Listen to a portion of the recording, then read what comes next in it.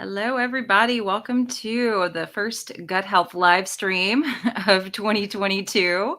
I'm really excited to have my friend Steve Wright here with me, who, if you guys want to watch other videos with Steve and I, we have quite the playlist at this point. So, Steve, thank you for being here today. Yeah, Happy New Year, Sarah. Thanks for having me. Yeah, Happy New Year to you, and Happy New Year to everybody watching. We were a little behind on time. We had a little schedule mishap, but we're all good. So those of you who waited, I really appreciate it. And Steve, yeah, so let's just kind of jump right in. A lot of people, I think, in the new year, they want to make changes to their health. I mean, that's a big, big push in January is making change to the health and of their bodies. And I think gut health is really one of the top things people should be looking at when they're talking about their overall health. Would you say? Yeah, I'm super biased, but I think that our health sort of radiates out from our daily activities, and so we have daily activities, including not really related, but drinking, eating, going to the bathroom. These are all things that we do every single day. They're our biggest variables, honestly, Yeah.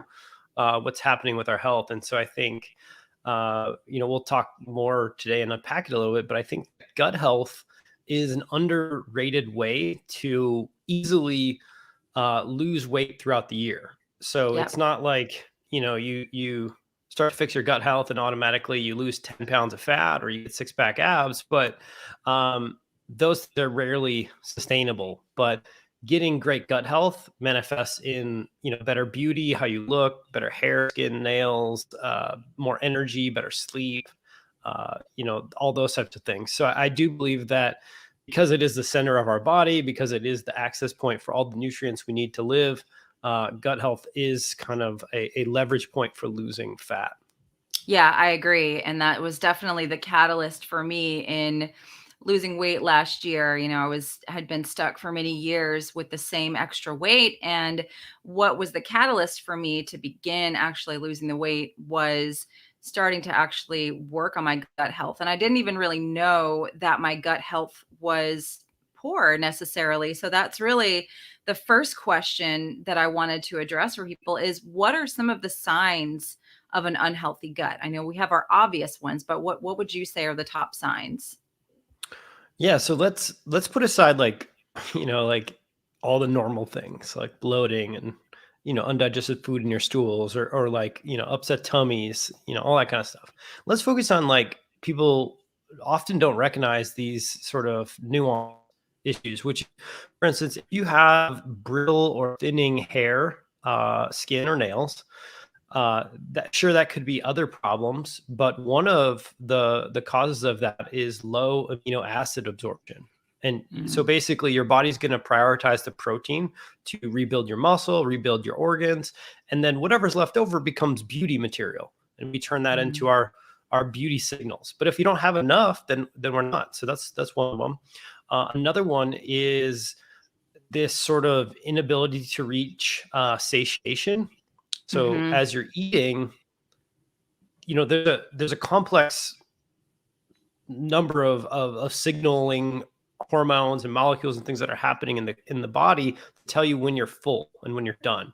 And one of those signaling pathways is, do you have enough nutrients? Like, did you get the Mhm. nutrients from the meal, or are do you not have enough minerals? Are you not absorbing enough minerals or vitamins or B vitamins or fat or whatever it might be? And so this inability to get satiated and this sort of like mild overeating, maybe having like 5 to 6 more bites than what you Need. need.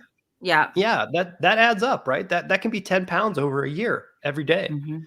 Yep. So that's another one of them. Skin. A lot of people with gut issues tend to have skin issues. So you might have these random rashes that pop up or these sort of reactions to food or environment.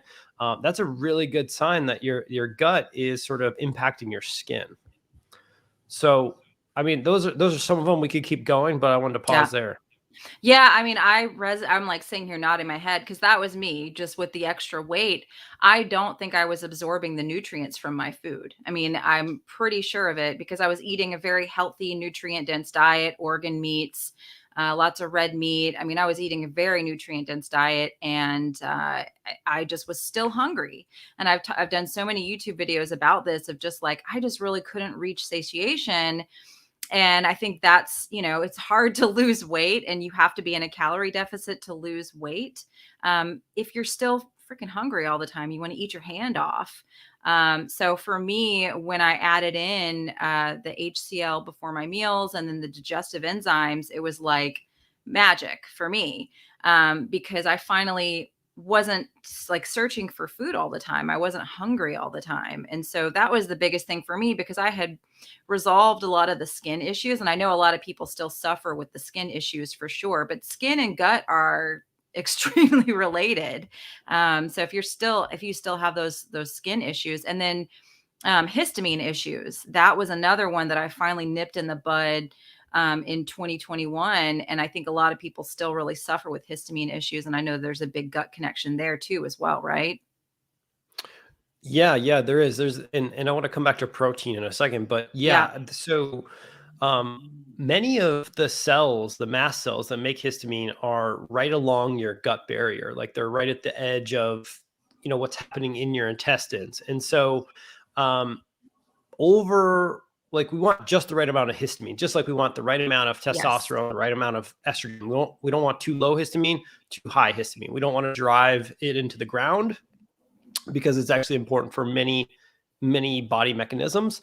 But if your gut is not healthy enough, essentially the microbiome and or the mucus layers will be such that the food molecules and like whatever toxins and things that are inside of you are getting closer access to the histamine cells, and so they're getting like irritated on a Mm. more regular basis. Like maybe they should be irritated 1/10 of the time during a meal, and due to a lack of mucus membrane or microbiome diversity or all of these things, inflammation, maybe they're being sensitized or irritated like 5 out of 10 times during a meal. And even though the meal is like carnivore, let's just say it's Yeah. grass fed beef and organ meats, because they're seeing that amount of the food like 4 times more than what they should, Mm. the histamine or the mast cells start to release more histamine. It's just what they do. It's not their fault. They're not supposed to be that exposed, but Ah. they get that exposed, and then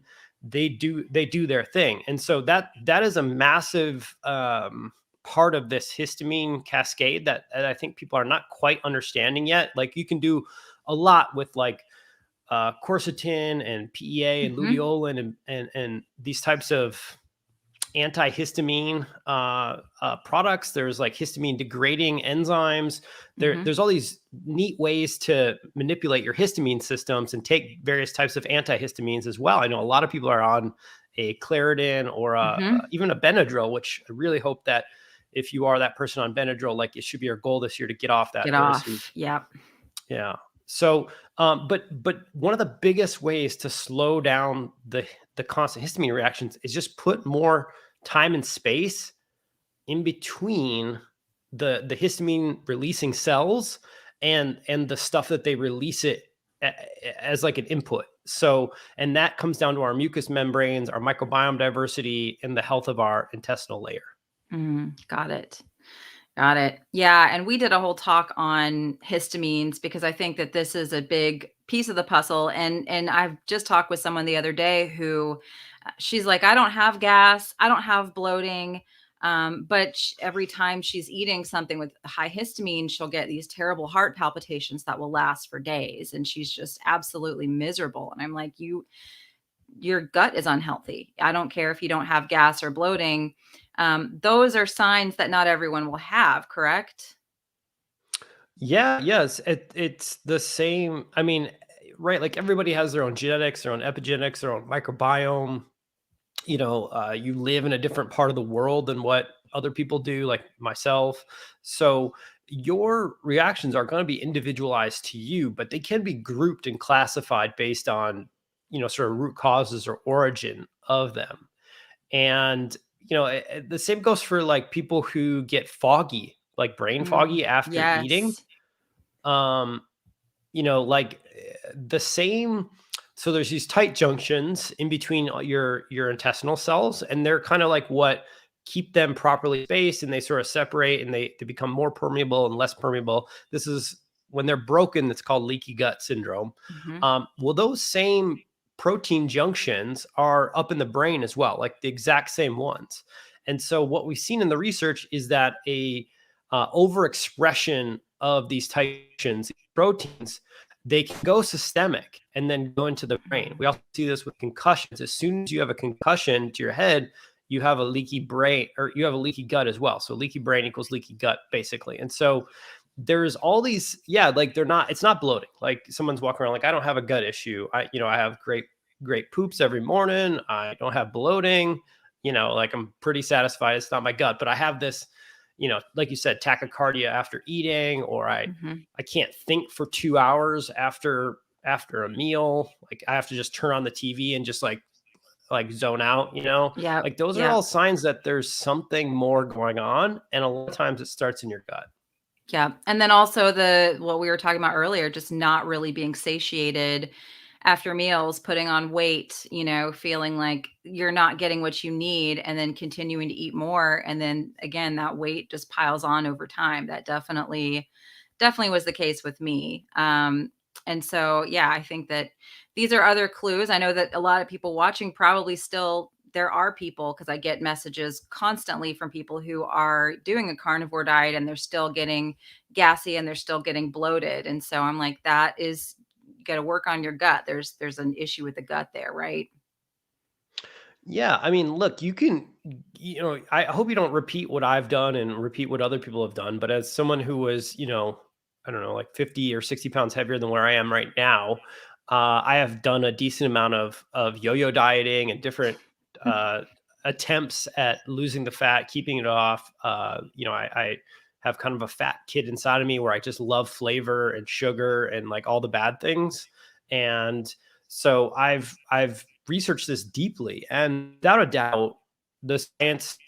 There's no question that protein is the number one satiating macronutrient. So Hmm. it's not fat, it's not carbohydrates, it's protein.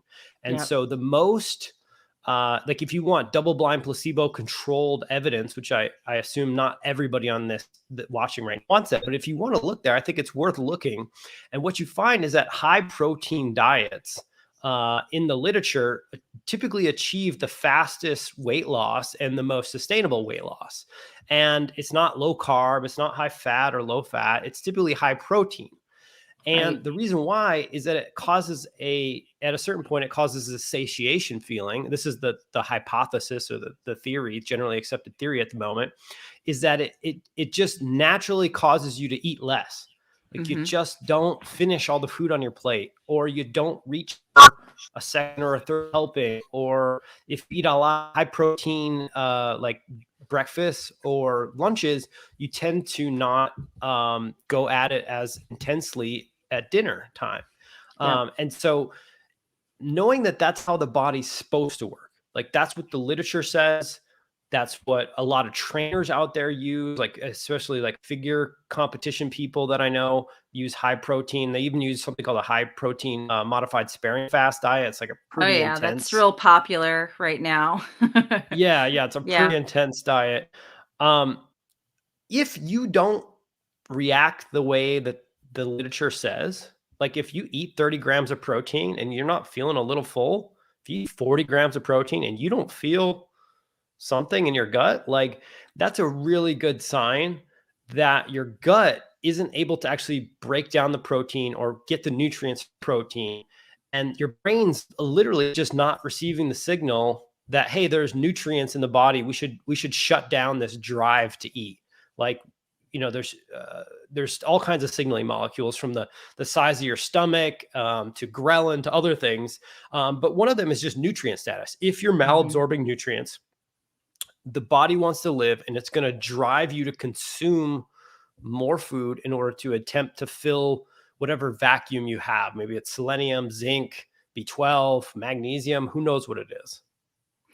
Yeah, and I experienced that, and I think a lot of people do when they switch over to a higher protein diet, maybe like the carnivore diet or a meat heavy diet, which I think is can be excellent for people as far as nutrients go.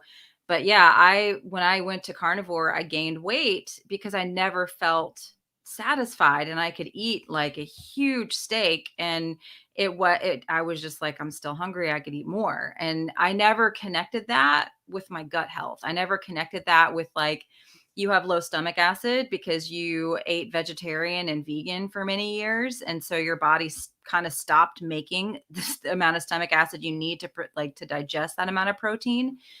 And I think my enzymatic function was crappy. And so, adding in HCl and enzymes was just a huge game changer for me as far as being able to feel satisfied, not having that like fight, like this horrible fight, like I need to eat more. And I did my genetic profile with Dr. Anthony J. I don't know if you know him or not, but Mm-mm. I had him on the show recently, but we did like a whole deep dive on my genes, and I have like 8 leaky gut genes. And Oh so no.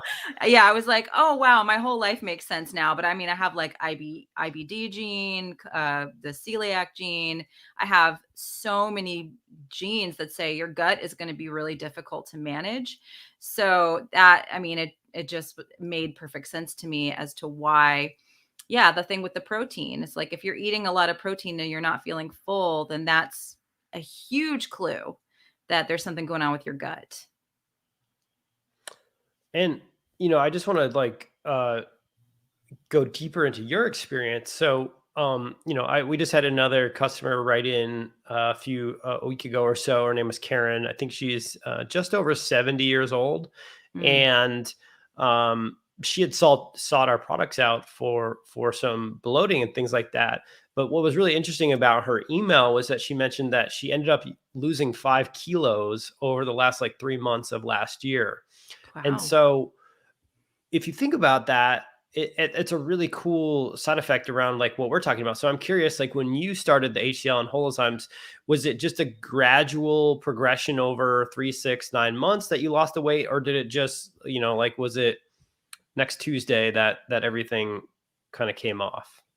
It was a gradual, and then, I got into a lot of circadian biology and quantum physics and started really changing my relationship with light and being outdoors more.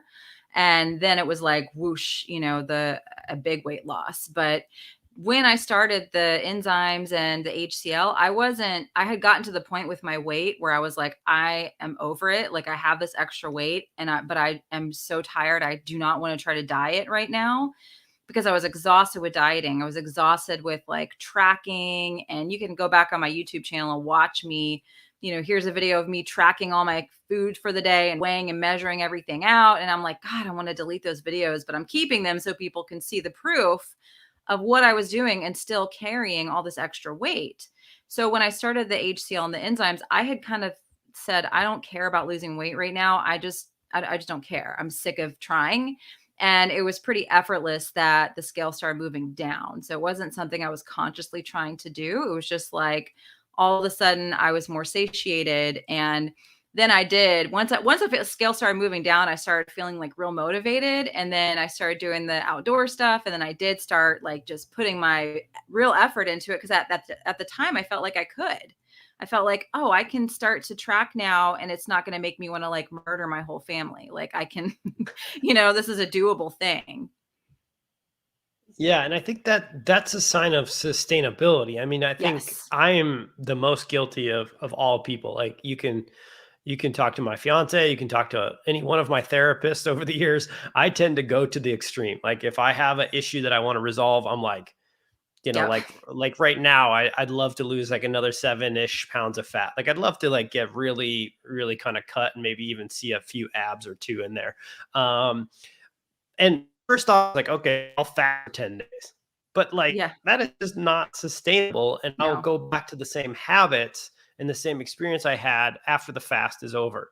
And I've actually proven this through, like you said, I have diet logs and I have journals for over 15 years of me having grand ideas about New Year's resolutions or just Yep.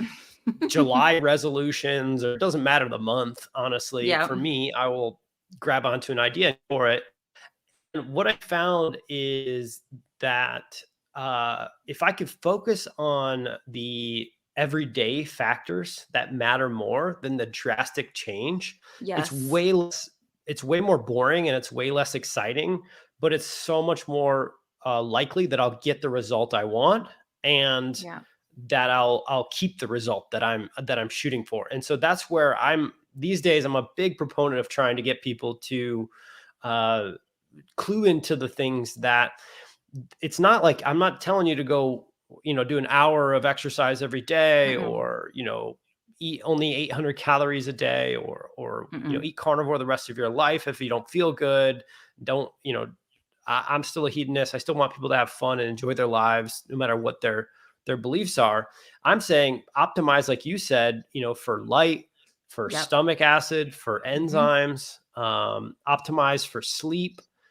Do these things that are generally manipulating the rest of your behaviors that you're trying so hard to get away from.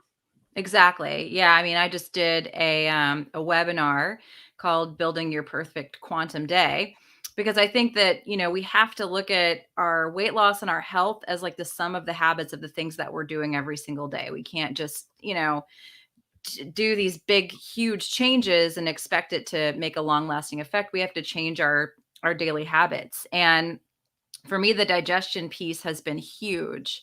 Definitely the circadian biology piece and quantum physics piece has been like everything. But, and I've gotten rid of most of my supplements at this point. I was on like 30 different supplements at one point, and I have like a freaking graveyard in my kitchen, but it's literally a graveyard. And I've been able to do that through a lot of this circadian biology stuff. But the things that I have not been able to necessarily let go of are my enzymes. And I do have to continue to use HCl if I'm going to do a big protein meal. I just know that if I don't, I'm not going to feel as good. My body's not going to run as well. So I'm just okay with it at this point. So I think like, yeah, I mean, I don't think we're meant to be on a bajillion supplements, but I think getting your digestion in a good place, if you're going to do supplements, this is where people should look. Yeah, I mean, we can go deeper into how it appears as we age, we lose enzyme Yeah. function. The current prevailing theory is we're sort of just like we're born with the amount of stem cells that we have for our entire lifetimes. We're sort of born with this enzymatic reserve in our pancreas, and Mm. so if you're someone like myself who's had a lifetime since I was born of GI issues, and so maybe your pancreas, like mine, was pumping overtime, trying to get even more enzymes, trying to get more nutrients out of the food. There's a chance that I actually I'm a little bit different than you. Like I don't know if our current lifestyles I don't have any more hope that I can live a life where I don't need supplements. Like it Yeah. doesn't matter. I get in tune with my life. I'm not moving to a farm. I'm not going to Yeah. be like following the sun within an hour or two of it. I like technology. I watch the TV. I look at my phone at night. I've tried it, and I can't seem to stick to it. And so Yeah. I pretty much sort of assume now that I'll probably have to use enzymes the rest of my life, and maybe some HCl the rest of my life, and maybe some other supplements, because if I want to, age like everybody else is aging, if I want to look like everybody else, then I won't use those products. But if I Right. if I want to take care of my body and age as like sexy and strong and as energetic as I can, then this is what my body needs based on the environment that I'm giving it. And if in the future, like 5-10 years from now, I watch this video and I'm on a farm and I'm like following the sun exactly, and getting my hands dirty every day, not really on the YouTube anymore, it'll be a different story. But until I make those big changes, and I think most people as they age are going to need support. Um, and I don't know how we get away from that fact. Like our body's literally shutting down, just like the ovaries begin to shut down in menopause. Hmm.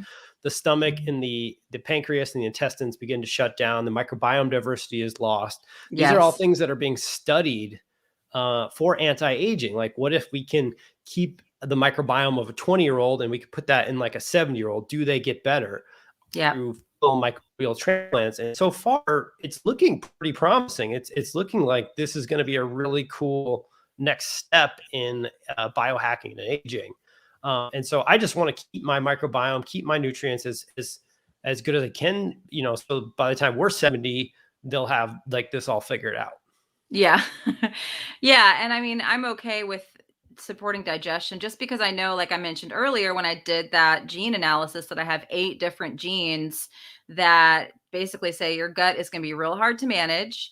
And I have a lifetime of, I had severe eczema as a child. I would just crack and bleed when I was growing up. I took, Tylenol, and I took SSRIs for over 20 years. I mean, I haven't taken any medications really in probably the last 5 years.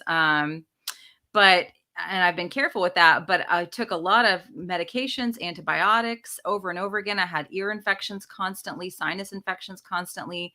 So I did a lot, and a lot of us have done a lot of damage to our guts. And then we've got the glyphosate in the food, and we've just, it's everywhere. And so yeah, I mean, my goal is to not have a bajillion supplements, but to be very selective with what I do use. And so, yeah, the gut for me is priority as far as keeping that running in orderly fashion. And I super appreciate that. Yeah. I think it's very helpful. I think that, and I think people who don't have overt gut issues, so like if you come work for Health Gut, one of the things that we do is give you a bunch of product for free and ask that you just try it, even if you don't have gut issues. And many of our team members, like half of our team right now, didn't necessarily say that they had gut issues, but they did give it a shot. And most of them now take still a few of each of the products, and because Hmm. they notice things like what we've talked about: better sleep, Hmm. some weight loss, recovery from exercise with enzymes, especially like if you're big into any sort of exercise or CrossFit or whatever.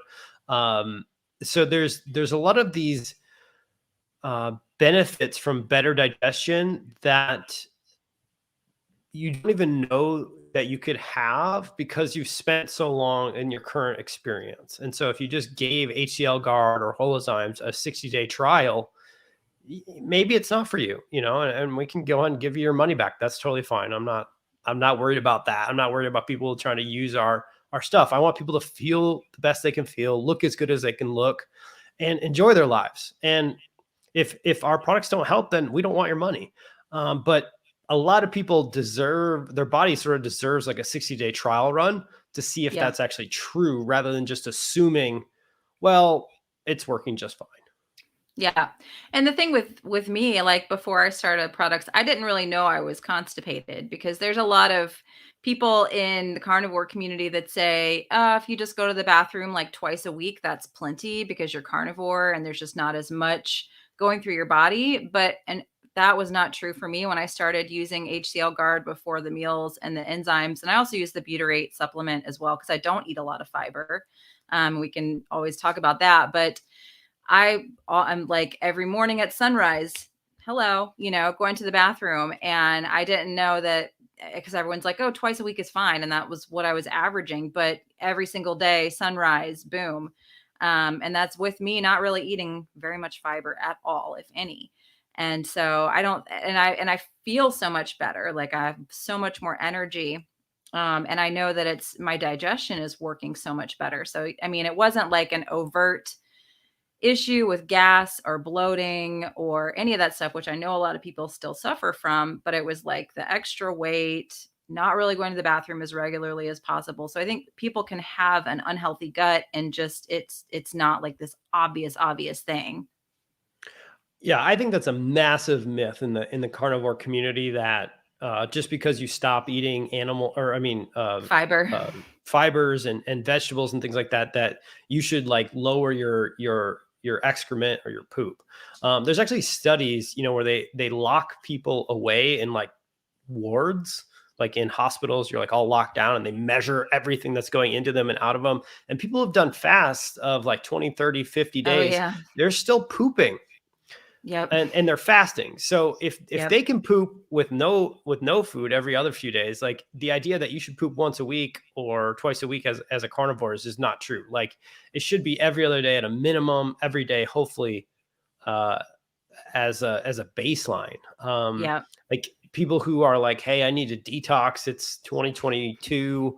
Guess what? The 3 simple ways to detox every single day without any supplements is poop, pee, and sweat. If you Yep. didn't poop today, if you didn't pee today, and if you didn't sweat today, you didn't detox today. Yep. All those supplements, all the shakes, everything else is just, that's like nothing compared to those 3 variables.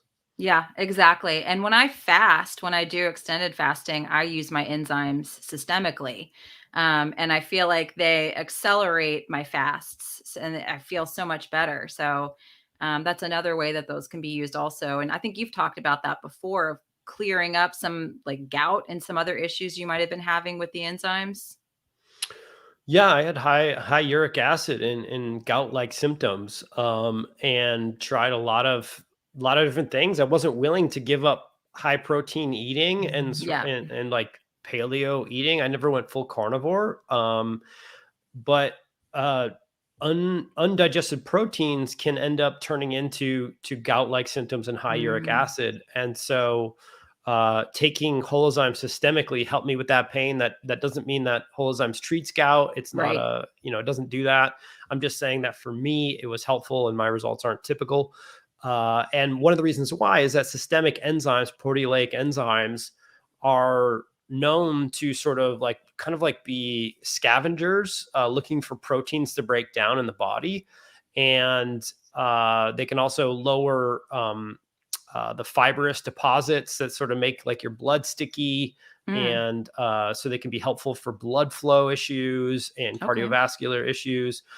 So enzymes systemically are one of the most underrated tools out there for sort of like lifestyle related issues, if you will, that you're just like, Hmm. I can't get this to go away. Like I've changed my diet a lot. I've tried a lot of whatever the supplement du jour is of the week. Yeah. One of the things you can try is fasting, and then fasting and using systemic enzymes is a really cool trick.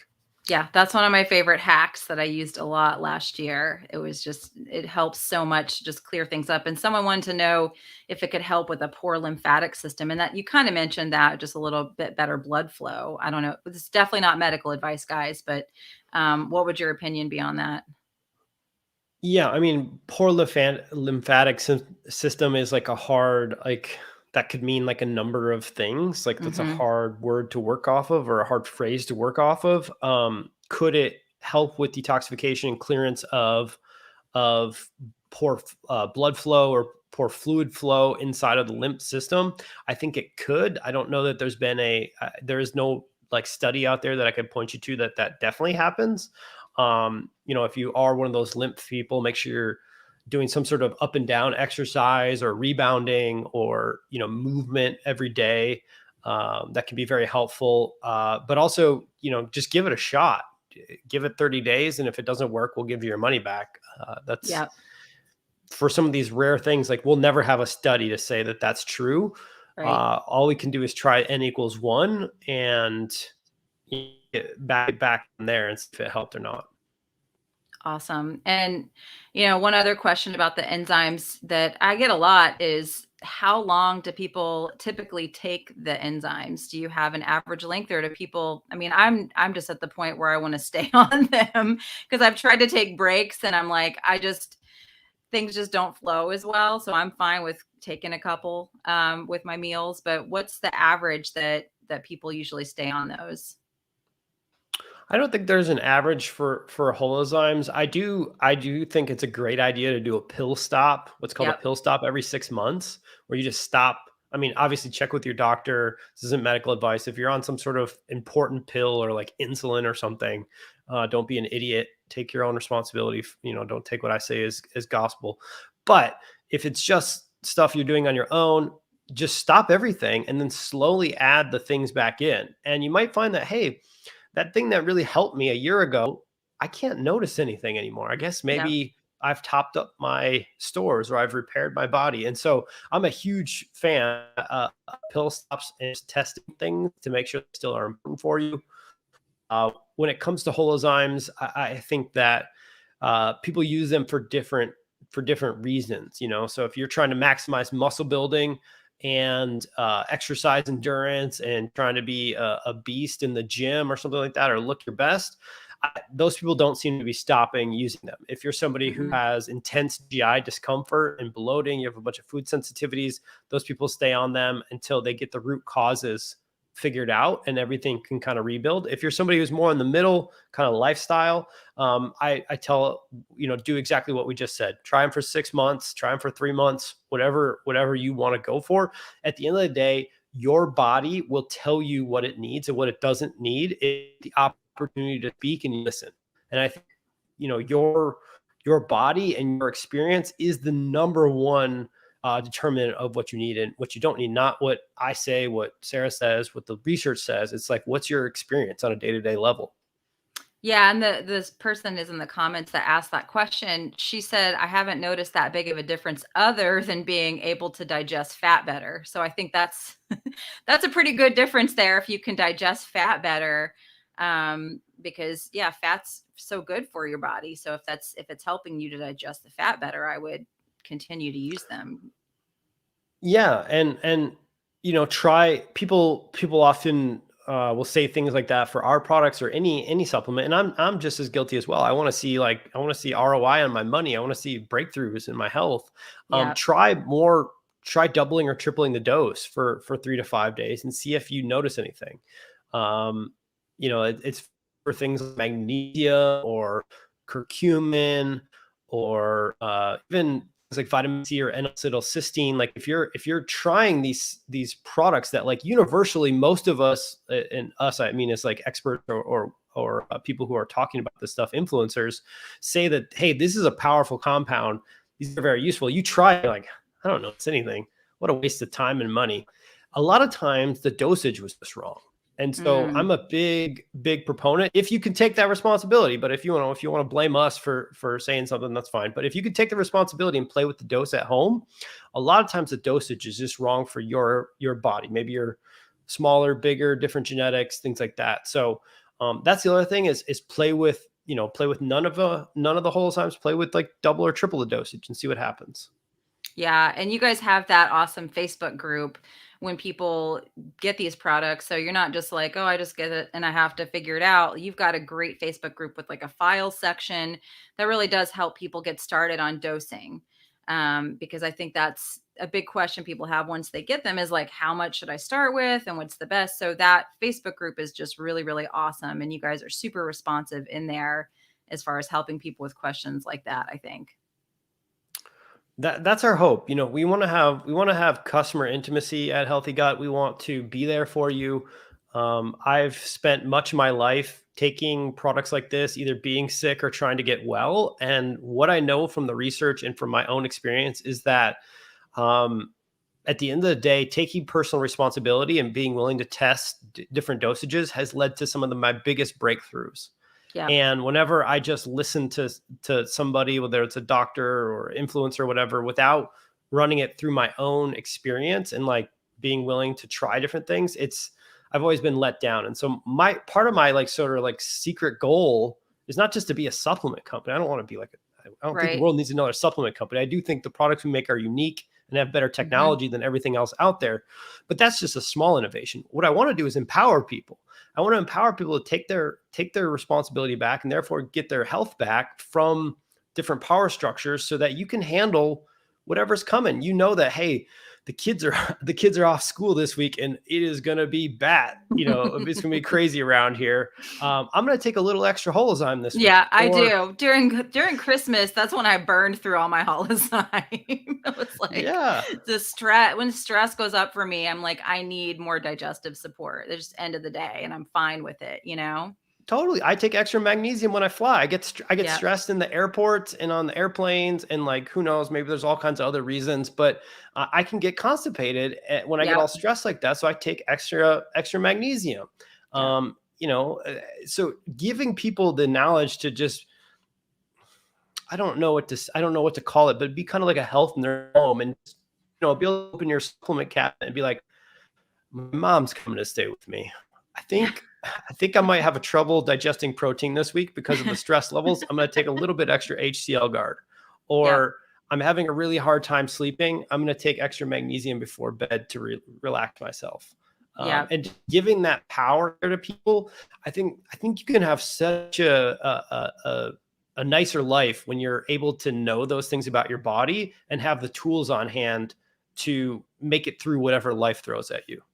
Definitely. I agree. And, I guess on the topic of supplements, one of the questions I had sent you was, and we've talked about this before, but why? Because when people talk about gut health and healing the gut, the first thing they think about is probiotics. And I do have a probiotic company that I use. They have a personalized gut health test and send you a probiotic based on your gut health test. But I have seen a lot of people just go and buy probiotics. And someone actually just put a question in the comments, says, can you please explain the difference between probiotics and enzymes, and when you take them? But why would people not necessarily, when they're trying to heal their gut, want to start right off with probiotics and maybe possibly look towards something like HCl guard and the enzymes and maybe even the butyrate as well before they try a probiotic? That's a Yeah. loaded Look, question. I use, yeah, there's a lot of questions in that question. Yeah. I use probiotics every day. Um, I rotate them based on what I'm trying to maximize for in my life.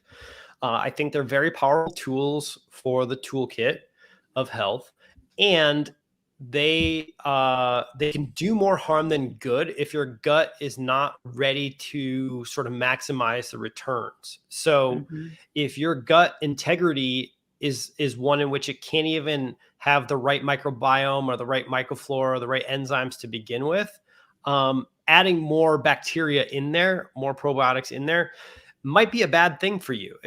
For some people, it is a bad thing, not for everyone, but for some people. And so it's an extra variable that I have a hard time recommending. As an engineer, I'm always trying to lower risk and improve rate of return or improve success ratio. And so I typically add in probiotics and prebiotics later on. Mhm. Like I might have froze a little bit. Yep. You're back. Okay. Yep.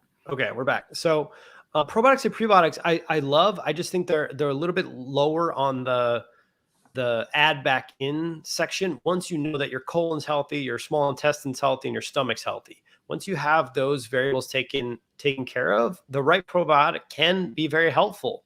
And unfortunately, if you do have the wrong environment, so let's say that you're not making enough butyrate and you have a dysbiotic microbiome, Mhm. adding more probiotics doesn't necessarily mean you're going to fix that dysbiosis, because you might not get more butyrate out of the equation, which would lower the oxygen level, which would help repair the microbiome. And so that's where I tend to go more towards like a butyrate first, and then Mhm. bring in the probiotics second. The other thing is, if those mucous membranes we talked about earlier are thinned out, exposing those mast cells or any of the other immune cells in your gut to more bacteria, more probiotics, which is what's in the capsule, it could cause more reactions. And so that's where there's like a fine line between, if someone's having immune dysregulation and immune reactions to their food, you're having a bunch of food sensitivities. Probiotics might be something you want to add in later in the protocol rather than right up front. First, you want to try to heal those mucous membranes and keep the cells away from the insides of your intestine. So I don't know if I answered all the questions Yeah. in that question, but ask me whatever I didn't. Yeah, I think so. I mean, really what I take and what I understand is that the HCl and the enzymes, butyrate, that's really going to help if you have a mechanical problem. You should address a mechanical problem before you address like a population problem. I think probiotics are more of like helping with population issues as far as bacteria goes, right? And then the HCl enzymes, butyrate is more of like, it's like the house, if that makes sense. If you've got like a leaky roof, if you've got, a door that won't shut, if you've got structural issues, putting different people in the house is not going to help with those with those major issues.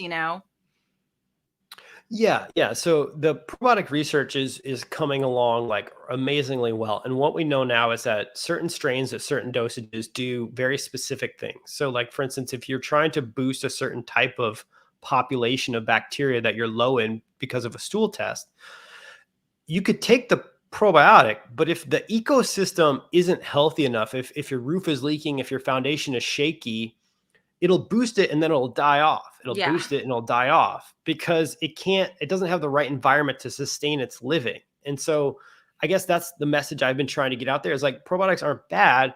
It's just that they need the right conditions to continue to build out the right microflora. Yeah. Or they're very specific. So some probiotics are really good at brain health. Some Yeah. are really good at immune health. Some are really good at some do help with gut health, constipation or diarrhea, things like that. Some are good for skin, things like that. And so you want to be very careful that you're not just taking a 50 billion or 100 billion CFU probiotic. You want to know that that probiotic has been tailored to whatever outcome you want. If you want weight Right. loss, be on a weight loss probiotic. If you want better brain health, take one of those. These generalized probiotics, I don't know are worth your time and money. You want to find the companies, and there's plenty of companies out there that are specializing in this. Yeah. Is it Thrive, the one that you work with, Yeah, they just changed their name to Ombre Labs. But yeah, that's the one okay. I've been working with for a couple years now. And I regularly will send in a gut health sample and then they will formulate a new probiotic based on that. So it's constantly changing. It's not, I don't think you shouldn't take the same probiotic for years on end. You want to switch it up because your gut's going to change, your microbiome is going to change. And so if you are going to take a probiotic, to be targeted with that, not to just buy whatever. Because some people, like I said, they can have a bad reaction to a probiotic because it's something that their gut doesn't need and they're overdoing it. Yeah, that's totally true. You could, yeah, there's definitely products out there that you may not need. There's a lot of products out there that I just don't know actually matter for you. Like you said, you might already have sufficient populations. Yeah.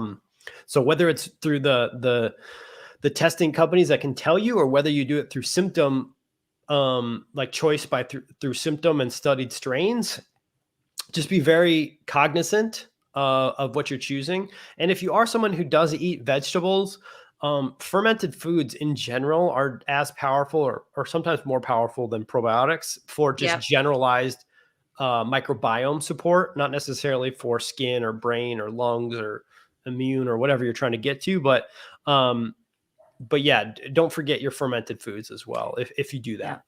Yeah, I love kefir, yogurt, sour cream, all those things, and I eat those more than I eat my vegetables. For sure. So, I guess I had a question about butyrate and where that kind of falls into the equation with gut healing, probiotics, and just the whole picture. Yeah, I mean, I think if you are someone who identifies with having leaky gut or leaking gut like symptoms, and that includes things like food reactions you can't tolerate, FODMAPs, or certain classes of vegetables, or whole like all of the carbohydrates or all the vegetables in the world or all the fruits in the world, that's a really good sign that you have some leaky gut going on. If you have these unexplained symptomologies, these skin eruptions, things like that, these are good signs of a leaky gut. If you have histamine reactions, then butyrate's great for you. And then if you have loose stools, or you tend more towards diarrhea on a regular basis, then butyrate can be really helpful for you. And so it's actually helpful for everyone, but those three conditions are the ones that we see the most improvement in. And that doesn't treat them, it just supports them, supports the body in healing from those things. But the reason why is that your colon cells prefer to metabolize butyrate plus oxygen to run their lives. Like that's their preferred fuel choice. If they have to, and there's no butyrate around, they will switch to other metabolisms. And when that happens, the oxygen doesn't get drawn out of the intestines, and the oxygen builds up, and a higher oxygen level creates a different environment for different species of bacteria to grow it. So anaerobic bacteria means without oxygen bacteria. That's what we want. We want more anaerobic. We don't want more aerobic bacteria. And so we want the oxygen level to be at a certain rate. We want to pull that down. And without the butyrate, we lose that function. On top of that, about 5 to 10% of the butyrate you make in your gut goes systemic. And so we see improvements in the lungs, the brain, the bones, skin related issues from systemic butyrate. And so there's a lot of cool research out there on sodium butyrate, on tributyrin, on various forms of butyrate, all suggesting that while 90% is used locally in the gut, another 10% is very important to all the rest of our sort of pathways and organs. And so somebody who has had one of those three issues, or is just generally like been dealing with gut issues for a long time, like they're wondering, why do they have to keep taking probiotics, or why do I keep having these flare-ups? Butyrate and tributyrin X can be amazing support to just basically reset the environment inside the gut, such that, like you said, mechanically everything can go back to working normally, and then you can bridge off of the tributyrin and you don't need it anymore. But you may need a 90-day or a 180-day reset period where you basically just redo the foundation of the house so that you can get back on with your life. I love that. And I guess that leads me to my last question is, if somebody has a food intolerance, let's say they can't eat FODMAP foods, or they have to be just really careful with what they eat. And the answer for me on this was no, that I didn't have this issue forever, because now I can pretty much eat whatever I want. And I don't have an issue with it. It's insane. I eat all the dairy in the world that I want now, and it's not an issue. But, if somebody has a food intolerance or food sensitivity, are they going to be stuck with that forever? Because I think a lot of people, don't necessarily do carnivore because they want to, because it's trendy or whatever. It's just because they're in a lot of pain, and these plants are causing them a lot of inflammation in the gut. So what's your thoughts on that? Yeah, in my opinion, for 99% of people, the answer is no. They don't have to live their lives in fear of foods, or especially unless you're just trying to eat like dairy every meal of every day or something like that. Or I kind of do. Oh, okay. I mean, hey, there's lots of populations in the planet that have subsisted on an almost all dairy diet. So it's not that humans are we're built to be able to handle dairy. We've evolved to that. So, yeah, I used to like just one little piece of cheese, or like one little, like if someone made like mashed potatoes with like milk in it, that would like immediately swell my nasal cavity shut. And I couldn't smell for like days on end. Ooh. If I got exposed to any kind of dairy.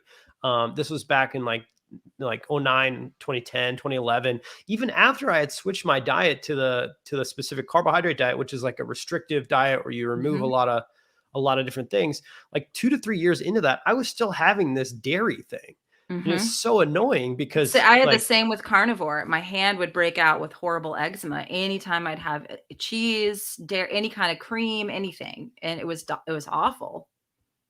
Yeah. And so I guess you and I are both examples that, you can repair the damage that's done and rebuild the capacity to digest and break down these foods. Cause I no longer have any issues with dairy at all.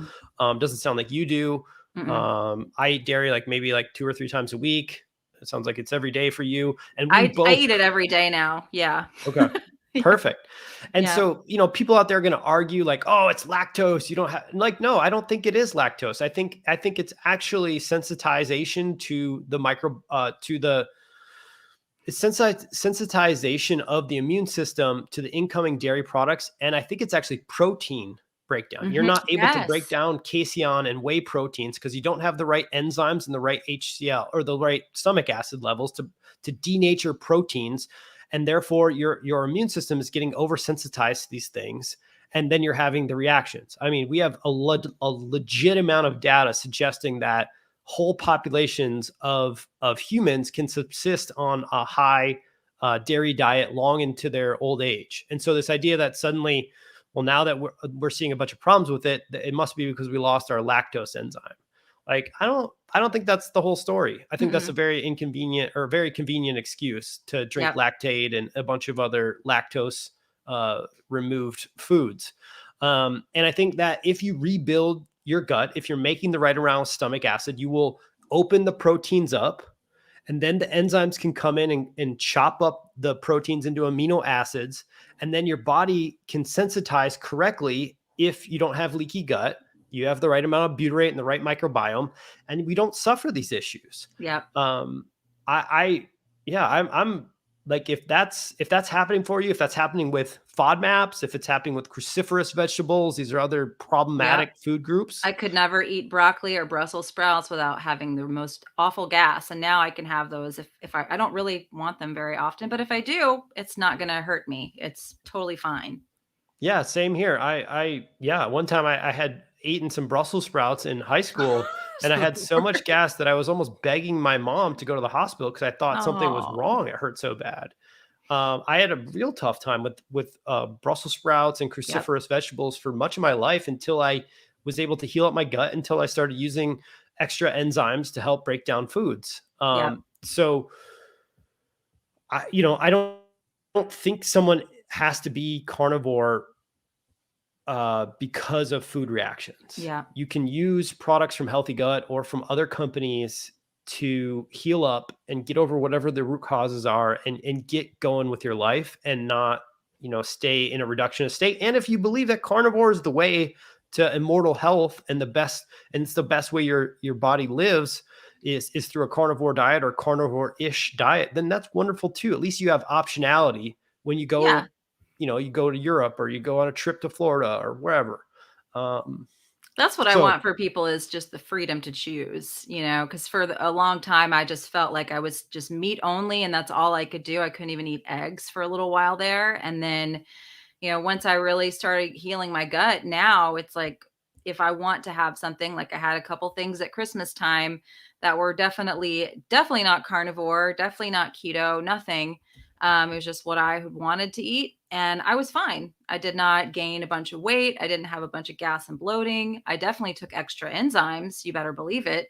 But it didn't completely disrupt my life, which is what would have happened before I had gone to carnivore, before I'd gotten to that point where I did an elimination diet. So I definitely just wanted to offer some hope to people out there who might be in that position, who are just really suffering. Because I talk to a lot of people who are in that place, and just that it's not a permanent thing. That you can heal your gut for sure. yeah, and that's what I want for people too. Is, the optionality to go out to dinner with your family or your coworkers, or on a date or whatever, and not be in fear of what your belly is going to feel like afterwards, if you got to have a bathroom nearby. These are all things that I struggled Yep. with and I suffered with, and it's just so annoying when you're trying to connect to people you love or people you want to love, and you're just totally distracted Yeah. by, is there did this food get tainted in the kitchen? Hmm. Is this gonna hurt me? Am I, you know, eh, is my belly gonna feel okay for later on tonight? Like, all these kinds of things. I've been there so many times that I hope that we can build, at least for those people who are seeking it, an optionality out of, because I think it's so important. Definitely. Absolutely. Well, this has been awesome. And Jacqueline in the comments wanted to know if Butyrate is one of your products. And yes, everything we talked about is in the information section, and there are discount codes that are good through the end of this month. Um, and that's, yeah, the best way to find out more about Steve's work is use those websites, and all those links should be in the information section. So thanks, Steve, for coming on today. Yeah, thanks, Sarah. I hope we help some people with their New Year's resolutions, and with the next steps in their health journey today. Yeah, and I guess one more last question somebody just typed in. They wanted to know what products they should start with. When it comes to like structural healing, at some level, you're going to need to test probably all three. If like you want to take this Mhm. seriously and you want to like do what Sarah's done, what I've done, and just like rule out like, okay, actually, I don't need stomach acid support. My Mhm. my stomach's good to go. Or actually, I don't need extra butyrate. My colon and my microbiome's good to go. You won't ever know that until you do a trial for like 2 to 3 weeks. And again, if it doesn't work for you, we'll give your money back. And so I would say that if you're someone who is having those intense histamine reactions, you aren't intensely having loose stools, you're having intense food sensitivity, start with Tribunex. If you're someone else who's having pretty clear reactions to protein, so you're burping, you're farting, your meal sits in your belly for like hours, it's just like a brick of food there, or you never get full. I would start with the HCL guard, and then either way, if you start from the top, go to Holozymes and then Tribunex, or if you start from the bottom, go Tribunex, Holozymes, HCL guard. Yep.